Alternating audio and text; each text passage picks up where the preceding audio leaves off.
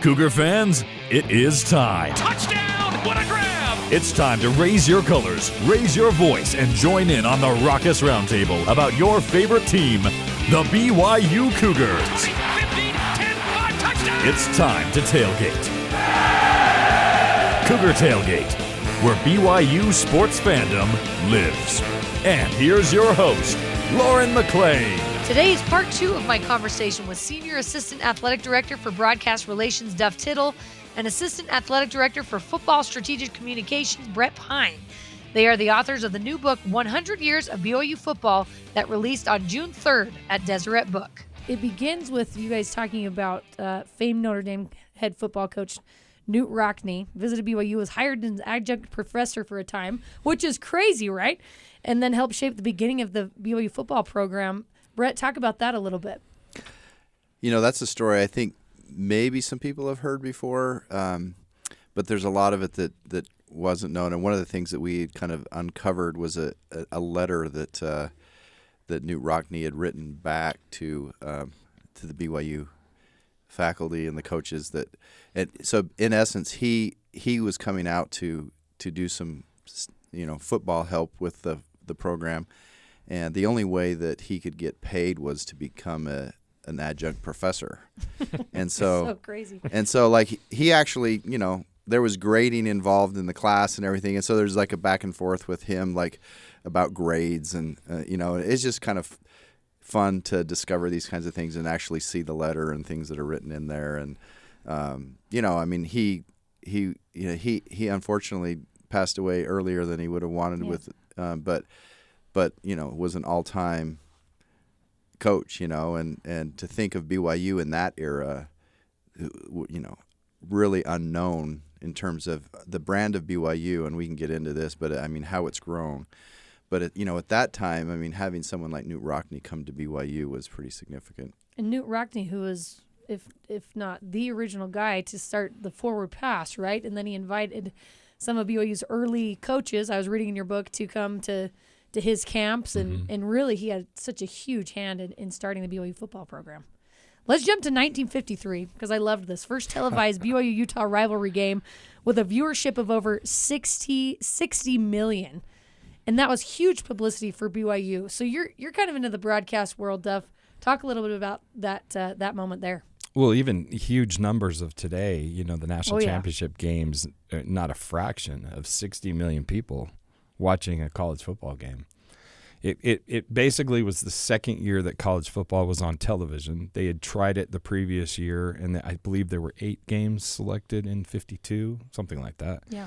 And then 53 rolled around, and BYU and Utah were selected to play in one of the 12 or 13 games that were broadcast nationally that year. That's it. In today's world, to think there were only 13 or 12 or 13 games broadcast is kind of a crazy thought, but that's the way it was. And television was in its infancy, and broadcasting live college football games was. And BYU-Utah were fortunate enough to play in that game. It was on Thanksgiving Day. It was in Salt Lake City.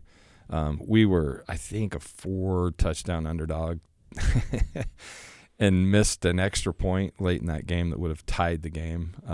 But, yeah, to think that 60 million people watched that across the country on Thanksgiving Day is a remarkable thought. And it was the first live television broadcast in the Rocky Mountain region. So pretty cool. The great Mel Allen, who was the Yankee sportscaster, called that game, which is also a kind of a unique, cool thing, because when we were kids, there was a Saturday program called This Week in Baseball, and Mel Allen was the host. And so the voice of Mel Allen is something I'll always remember. But so cool. Kind of a cool thing. It's really amazing. Yeah, that actually started because I was looking for some things for Legacy Hall at one point, our museum on campus, our athletic museum, and I came across a listing where they were auctioning off the Mel Allen estate. And one of the things in that estate was a media guide and a press pass from BYU in 1953. Wow. And I'm like, what is Which this you have a all picture about? of in your book. That's correct. So I actually bought the You bought it. I bought the listing. Yeah, that's why the Wow. The press credentials in the book is because I own it. There was a press photo of Mel Allen that was also included in the estate sale, so I bought them both. And wow. And so then we started to do some digging about this game, and turns out that in the special collections at BYU, there's memos going back and forth from the network and the sponsor, and they held a big gala in Salt Lake and a big party the night before the game. It was a big deal, you know. Who would have known? You guys mentioned in your book too that kind of put BYU football on the map, where especially people right on the East Coast probably didn't know much about them, and then here they are, the BYU-Utah rivalry. And I really think it speaks to what became part of our legacy as far as when you think of BYU football. I mean, you think of the football program itself, but you think of our fan base, and you think of our legacy in broadcasting, really. I mean, it's, you know, being one of the early chosen games on a national scale to be featured when hardly anyone was being featured. And then later we go into the book and some things, you know, whether it was radio or television, and ways in which those things, as they evolved and were brought to elite levels of, you know, how things are done. And here in the building at BYU Broadcasting, you guys know better than anybody because you guys do it at such a elite level. But the broadcasting legacy associated with BYU athletics and the BYU football program in particular are a great part of why, you know, the brand has become what it's become. Right. And, that was an early beginning of it. But there's other elements of that we try to note in the book as well. That's been a big recruiting tool, I know, for BYU football since this, especially this broadcast building has been established. And really, you guys have been around so many different programs, even just traveling around. Brett, have you ever seen anything like this? Because you do kind of go into depth in your book about it. Have you ever seen anything like this at any other school? You know, we are definitely an elite company when it comes to that. I mean, there's a handful of places that have some things that maybe aren't directly comparable, but close and comparable. But I think you could definitely say we are among the very best in the country, among a handful of schools, and the way in which we do it, even the early beginnings, you know, back to the old Blue and White Network, and there's always been kind of a motivation on the part of, and this isn't just athletics, this is like the leadership in the old KBYU, and that how do we help our fans that are not living in the local marketplace here have access to these games and to follow and be able to enjoy the passion that comes with their fandom for BYU football. And those efforts over the years have just, you know, really brought to fruition a lot of these great things. But our facilities here are, you know, second to none. I'm going to jump to some of my favorites. Let's jump to 1974, the players only meeting, because this was something I had briefly heard about kind of in passing, but I didn't know the details till I read it in your book. Lavelle's called it the turning point in his own career. Duff, tell us a little bit about that. So in other projects that we've worked on over the years, we've set up interviews for Lavelle and been there when he's done interviews. We've done our own interviews with Lavelle. I think there's about 4 times that I sat down with Lavelle and tried to get him to tell me some in-depth stories. And he points to that as maybe the turning point in his career. Had that meeting not happened, and those players not got together to try to right the ship for that particular season in 1974, that he's not sure he might have been here much longer. It's a really cool story. And we had the opportunity to talk to probably half a dozen players that were actually in that meeting, that players only meeting. Yeah. But it's part of one of my favorite stories too, actually. It's so cool. Yeah. And Gary Scheide, I think, was the quarterback at that time, right? He certainly was. Yeah. Love he's Gary. The one that got it started, and now he's of course part of the BYU broadcast family. Yeah. 50 years ago. 50 years ago. They're having their 50th anniversary this fall. That's incredible. For that team. It's all the first team that went to a bowl game. So they righted the ship, this players only meeting. Maybe we just tease it. We don't tell all about it. Yeah, we just tease it a little bit. But they went on to win 7 straight games after that, captured the second conference championship ever at the school, which was Lavelle's first, and then and won their way into the first bowl game ever, the Fiesta Bowl. Yeah.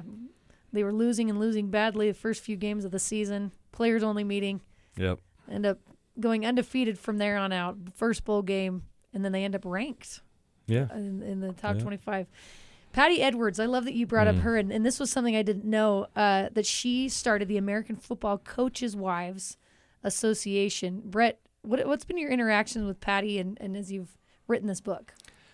Well, in this particular case, Duff was the one that actually talked to Patty, but I mean, Patty continues to be, later this year there'll be some things that BYUb's doing with regard to our 1984 team. And we did some things with Patty earlier this year with that and the athletes from that team. I mean, she has always been an advocate for her husband. And, I mean, I think some of the things you find in her discovery in her life of, like, when she finally realizes, I guess I'm a coach's wife and I'm going to have to learn how to deal with this, right? And all that comes with that and how she just turned that into such a positive thing and a legacy that continues to this day of that she kind of initiated. And, Duff could probably speak a little bit more to some of those interactions with her, but she definitely, I know Kalani, you kind of get choked up, but he's very much, that's a relationship that is very meaningful, and she still has a significant influence on people. The people that, like Kalani and all these other players that were part of the program when Lavelle was coaching, and then even beyond, they've just always been very good stewards for the football program. I'm glad you asked Brett that question because I can't talk about Patty without getting emotional. So, she certainly is the first lady of BYU football. And you mentioned the national organization that she helped find with the Coaches' Wives Association was actually started with Jim Harbaugh's mother.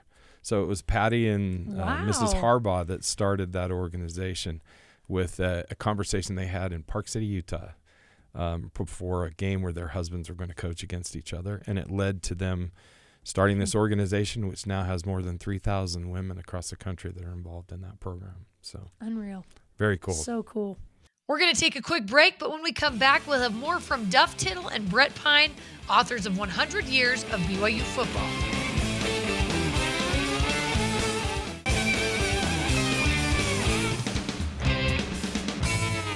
Welcome back to Cougar Tailgate. I'm Lauren McClain, continuing my conversation with Senior Assistant Athletic Director for Broadcast Relations, Duff Tittle, and Assistant Athletic Director for Football Strategic Communications, Brett Pyne.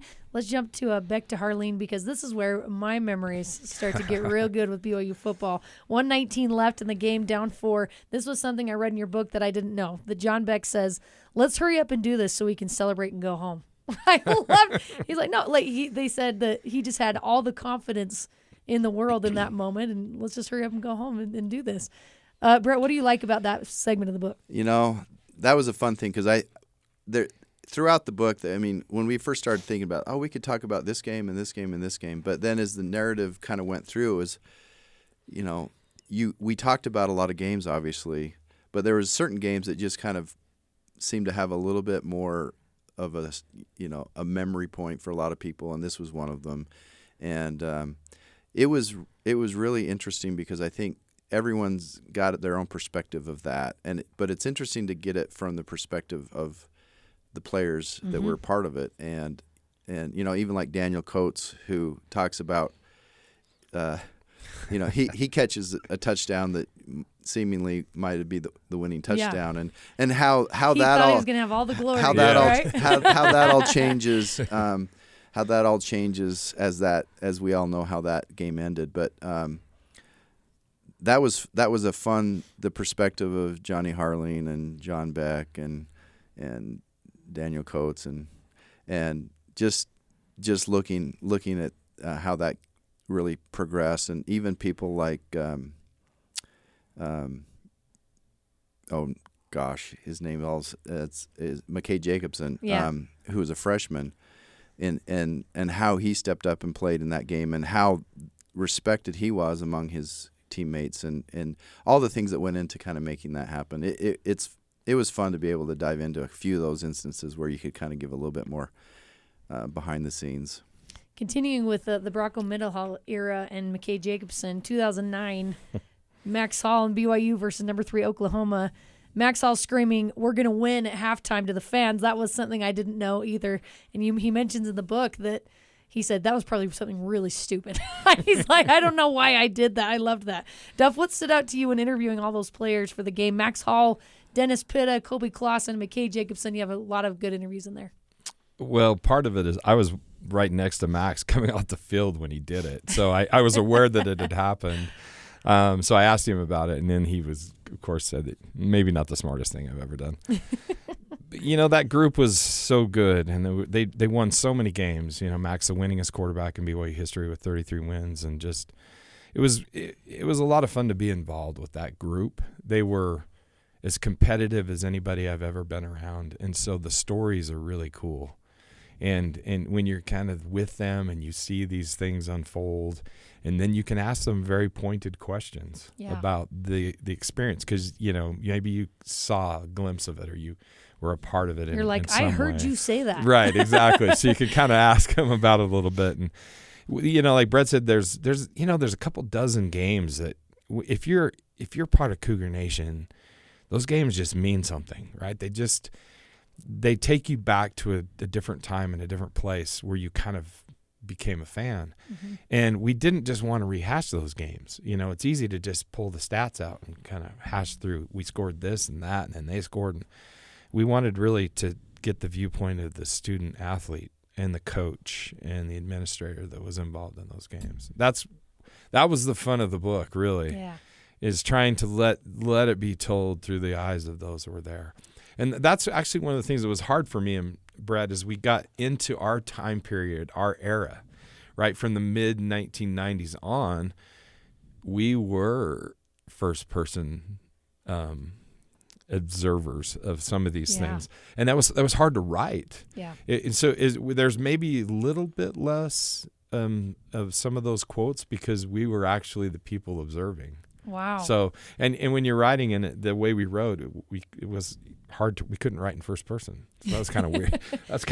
It was a weird way of trying to figure out how do we say this when we saw it? Yeah. How cool for fans though that they know everything that's being said is fact. You were there. This is first person. A lot of these things are interviews, but I think that's a powerful thing to know that you guys were right there on the sideline or in the locker room witnessing all these things. I hope I'm not giving too much away. I want to do one more with you, Brett, but I loved reading about this, the 2015 Mangum Miracle at Nebraska, how Devon Blackman said the prayer at a fireside the day before, and he asked God to beat Nebraska. And you mentioned in the book, everyone's kind of smiling, and then look what happened the next day. What do you remember about that? Oh, our fireside was in Omaha, and isn't too far away from, kind of on the outskirts of Omaha towards Lincoln, and I just remember that feeling of, because Devon, if you know Devon, he's just like, he is sunshine. He's always just a great guy, and he'd been asked, and it was organized. I off the top of my head right in this moment, I'm not recalling who organized everything as speakers and everything for that, but he'd been asked to say the closing prayer, and he comes strolling up there and just Devon, and it was such a sincere prayer. But then when he prayed that we would win, and you could just see the smirks on people's faces, it's like, okay, I wasn't expecting that, But then obviously how that game played out, proved a little bit prophetic that way.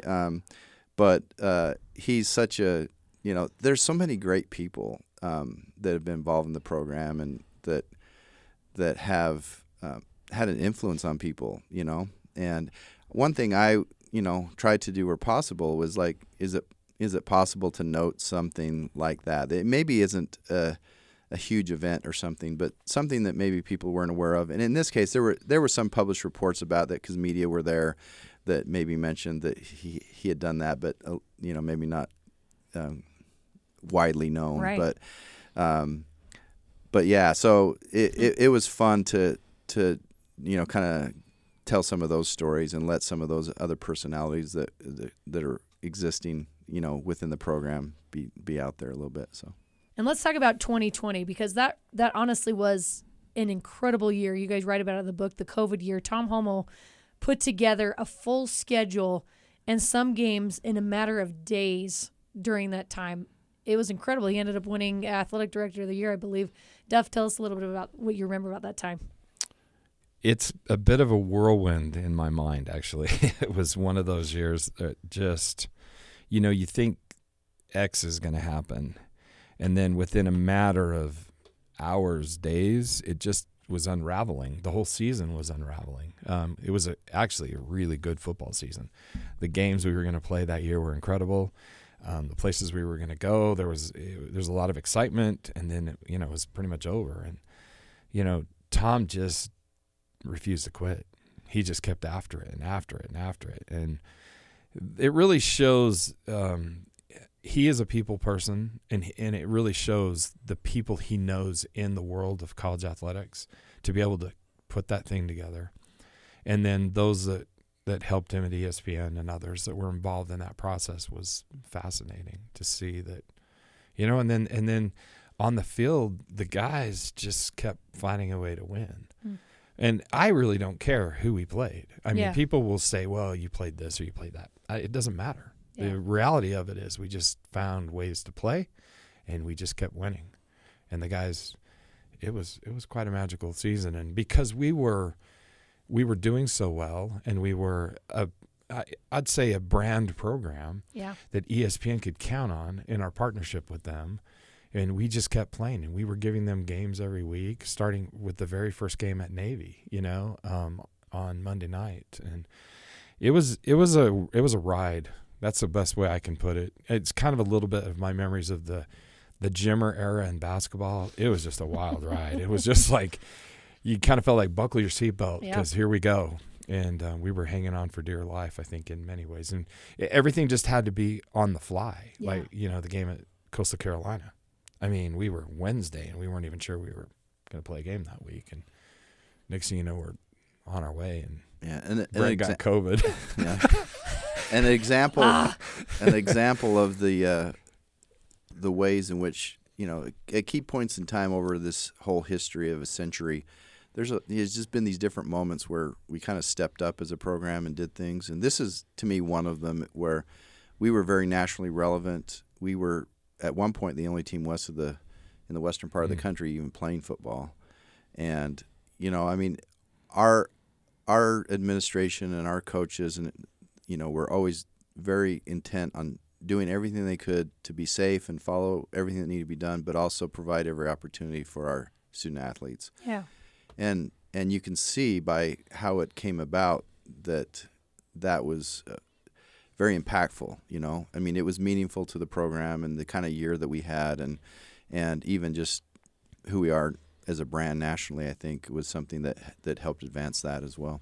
You guys have been around so many players and a handful of coaches that you guys talk about in this book. You mentioned, you mean Ziggy Ansah, Kyle Van Noy, Jamal Williams, Taysom Hill, Max Hall, just so many others. Throughout both of your time at BYU, who's been one of your favorite coaches or players that you've been able to work with? We'll start with Brett. Wow.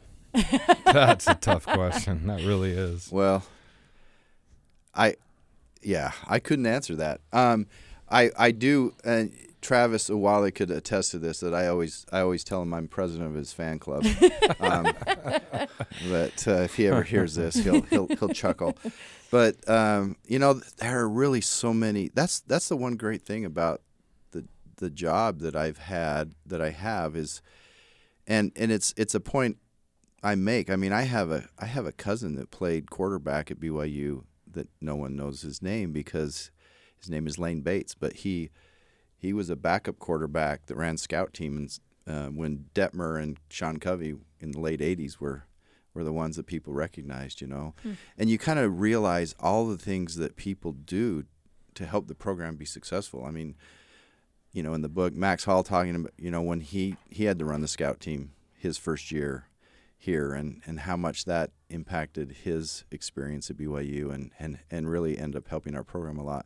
So it would be hard to say just one because there's so many people that are, you can go from the Jamal Williams and Fred Warners and Kyle Van Noy's. And I mean, there's a fun story in there of something that we knew that we experienced from Kyle on the sideline during that bowl game where he just took over, and we tell that story in there too. And it's just there's just fun things like that. But really, we have had so many great and outstanding athletes. But Ty Detmer's always kind of, and Ty wrote the foreword for this book, and he's an all-timer.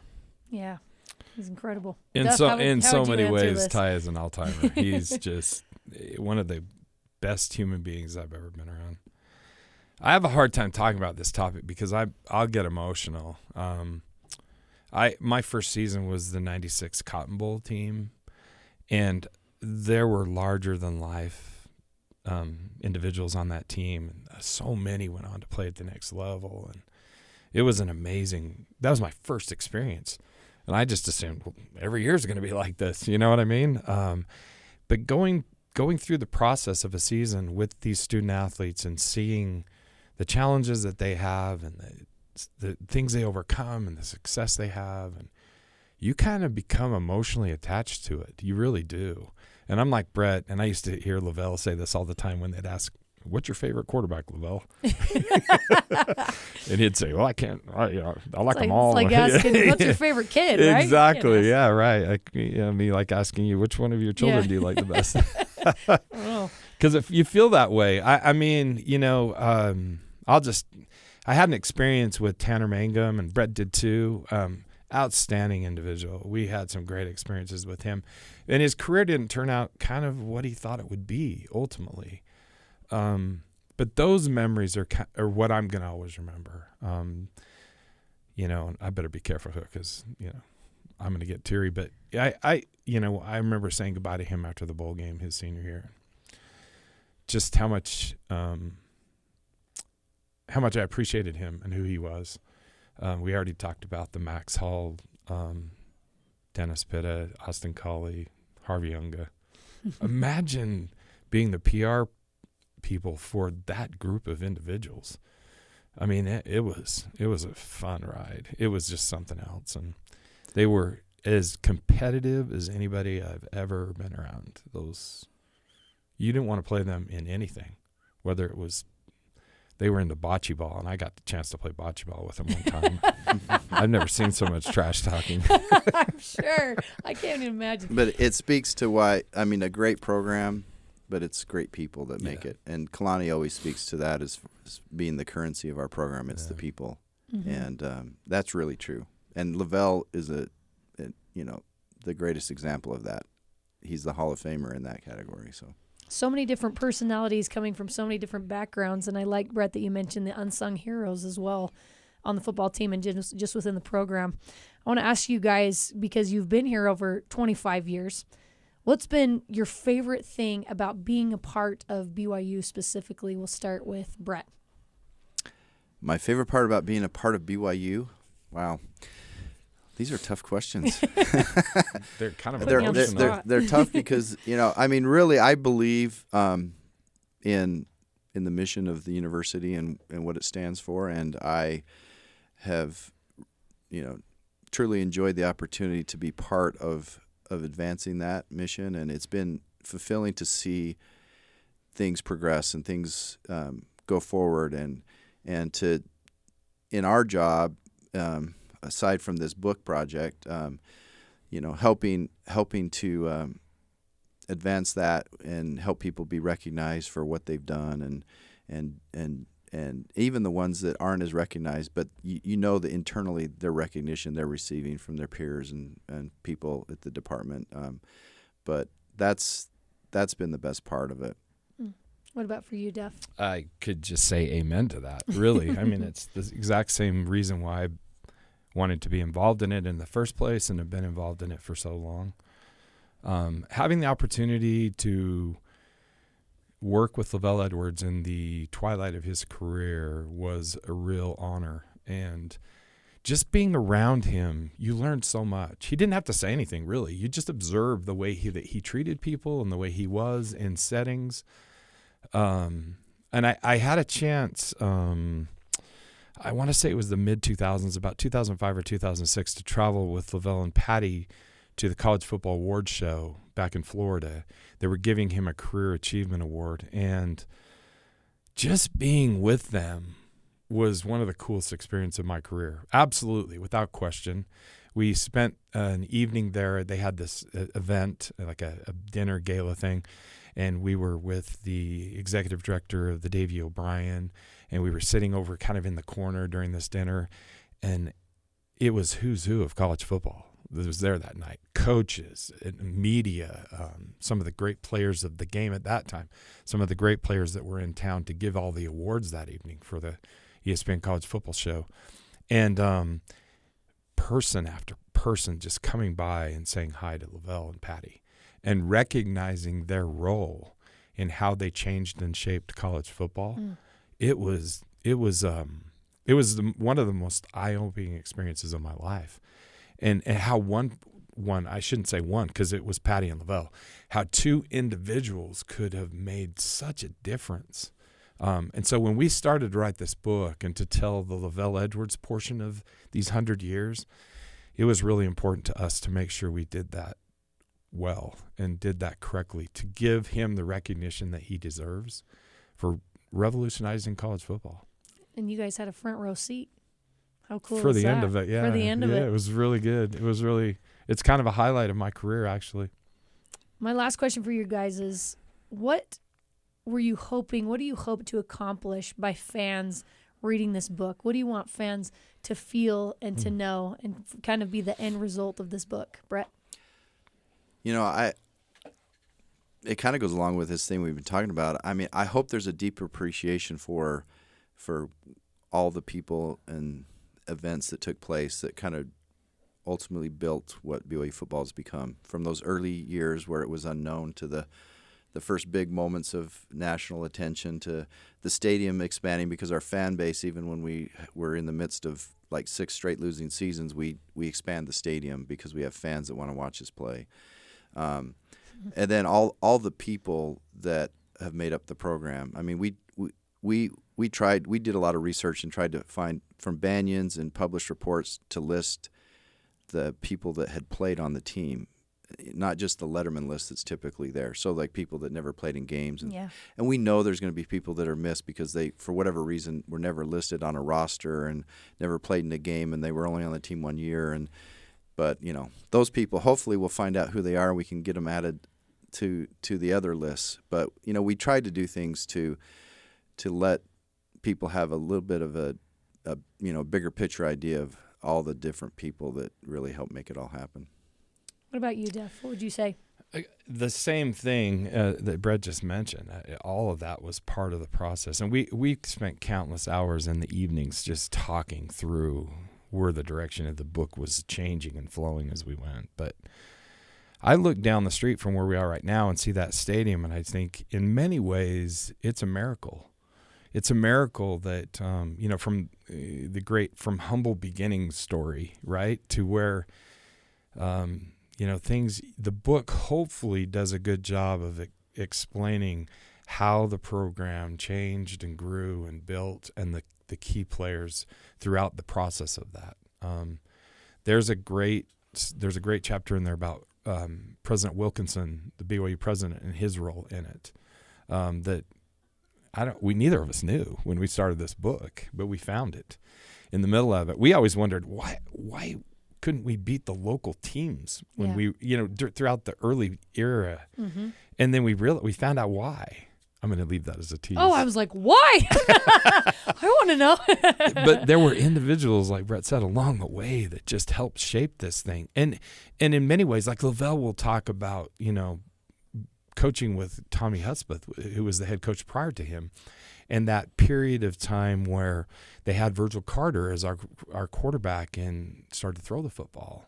And Lavelle had to defend that in practice every day and started to realize, maybe there's something to this. And so we tried to not only tell the story of BYU football, but also tell the evolution of a man and a program that changed college football, and why and how that happened. So there's some great stuff in there. Hopefully people will be informed but entertained reading it, and ultimately it's just a celebration of a very unique legacy that really BYU football is. And it's among the best in the country. Last 50 years, we're top 10 in wins. Just a tribute to all the people that have been part of that. I'm here with Duff Tittle and Brett Pyne, authors of 100 Years of BYU Football. Duff and Brett, thank you so much for coming on. The book is released on June 3rd at All Deseret Books. That does it for us today. Thanks again to Duff Tittle and Brett Pyne for coming on the show with me. Carter Bond and Tori Kimball helped produce this episode with senior producer Terry South. You can join the Cougar Tailgate wherever you get your podcasts, on Apple, TuneIn, Stitcher, Spotify, or on BYURadio.org. Cougar Tailgate is a production of BYU Radio.